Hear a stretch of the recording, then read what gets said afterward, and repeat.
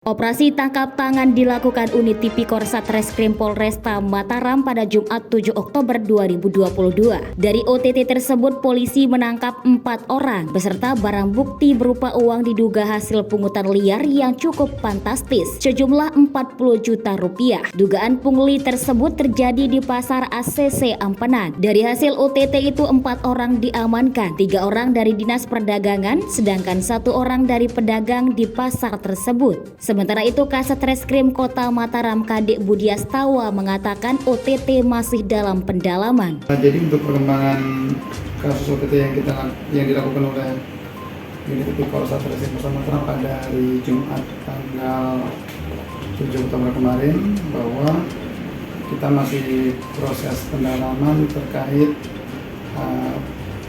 PMA-nya, perbuatan melawan hukum. Makanya sampai sekarang kita masih berkomunikasi dengan beberapa instansi yang mengkait, baik dari BKD ataupun dari bagian hukum ataupun juga dari Dinas Perdagangan sendiri. Yang mana kami juga menghadirkan ahli dari pidana dan juga ahli psikologi untuk mengecek ataupun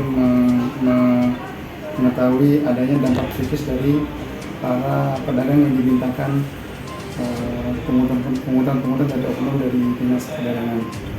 Jadi untuk sementara sudah ada 6-7 orang yang sudah kita periksa, sudah kita minta keterangan, dan mungkin dalam waktu dekat akan dirilis oleh Bapak Kapolres Mataram untuk penyampaian proses perkembangan ataupun penanganan OTT secara jelas dan detail. Mungkin bisa kita sampaikan sebentar. Lalu dari yang 4 yang diamankan ini sudah ada yang ditetapkan sekarang? Masih kita dalami, nanti pun juga melalui mekanisme gelar perkara. Kalau memang minimal 2 alat bukti kita temukan secara jelas, langsung kita tetapkan tersangka. Berarti dari 4 ini yang pegawai dinas Lindak ada berapa orang? 3 oknum dari Dinas Perdagangan, 1 dari Kepala pasar, 1 dari pedagang, orang sipil dari pedagang. Nah, karena sekarang kita juga masih minta dokumen dalam hal kalau memang mereka dari Dinas Perdagangan, kan tentu kita minta SK ataupun sikap dari pemerintah setempat untuk memastikan bahwa benar memang mereka dari Dinas Perdagangan ataupun dari pemerintah ataupun pemerintah. Sementara itu, terkait dengan pungutan liar di Pasar ACC Ampenan, Kasat Reskrim menjelaskan adanya ancaman kepada pedagang yang tidak membayar. Tergantung, nanti kan proses pemeriksaan ataupun pengambilan keterangan masih berjalan.